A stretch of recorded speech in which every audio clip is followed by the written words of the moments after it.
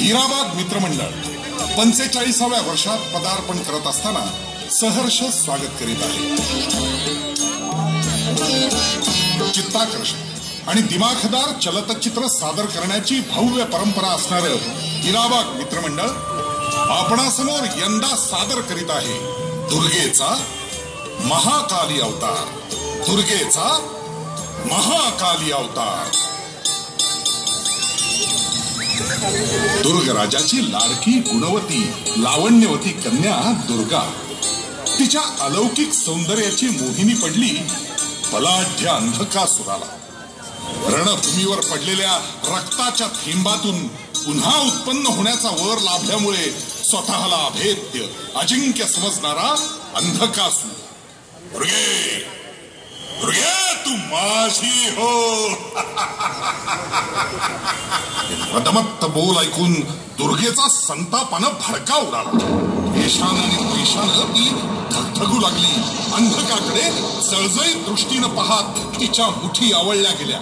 पाहता पाहता ती दृष्टी भावमुद्रा तिचं अवघं रूपच बदललं। रोमारोमात क्रोधाची अग्निकुंड चेतून उठली। चित्तवेधक गोवळ्या दुर्गेच्या जागी उभी राहिली अतिउग्र मुद्रेची अवाढव्य हातात महाविघातक शस्त्र घेतलेली गळ्यात रक्त गळत्या मुंडक्यांच्या माळा घातलेली भयान विध्वंसक महाभयंकर तांडवकारिणी रणदुर्गा रणचंडी महाकाली। धक आपल्याच गुरमीत धुंद होता। महाकालीनं लखलखत शस्त्र परजलं उभारलं आणि अंधकावर झंझावाती आक्रमण केलं। महाकालीचा एक मर्माघाती वार कोसळला आणि अंधकाचं मस्तक धडावेगळं त्याच्या रक्ताची कारंजी उडाली। अंधकाची प्राणांतिक किंकाळी उठली। देह भूमीवर पडला पण त्याच्या रक्ताचा पहिला थेंब भूमीवर पडला आणि त्यानं आकार पाहता पाहता वाढत गेलेला तो थेंब अजस्त्र झाला। त्यातून पुन्हा निर्माण झाला अंधकासुर।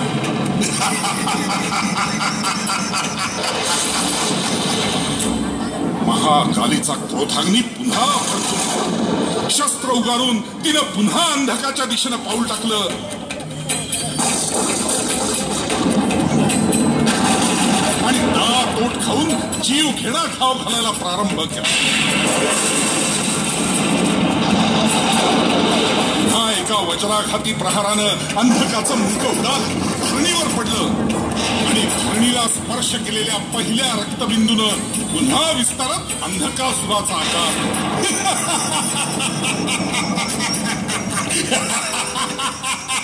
महाकालीचं खड्ग पुन्हा उचललं गेलं।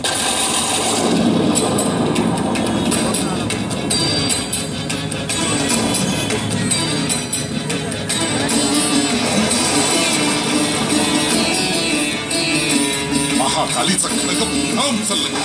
अंधकाच्या मानेचा वेध घेऊन कोसळलं आणि अंधकाचं शिर गगनात उंच उडालं। त्याची किंचाळी घुमली शरीर निष्प्राण होऊन पडलं।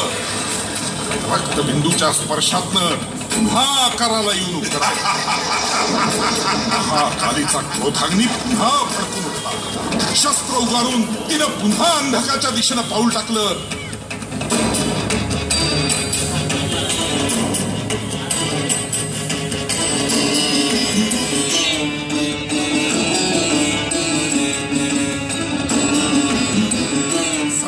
बेभान झालेल्या महाकालीच्या खडगाचे आघात होऊ लागले। तिने विजेच्या वेगानं प्रचंड शक्तिशाली प्रहार केला।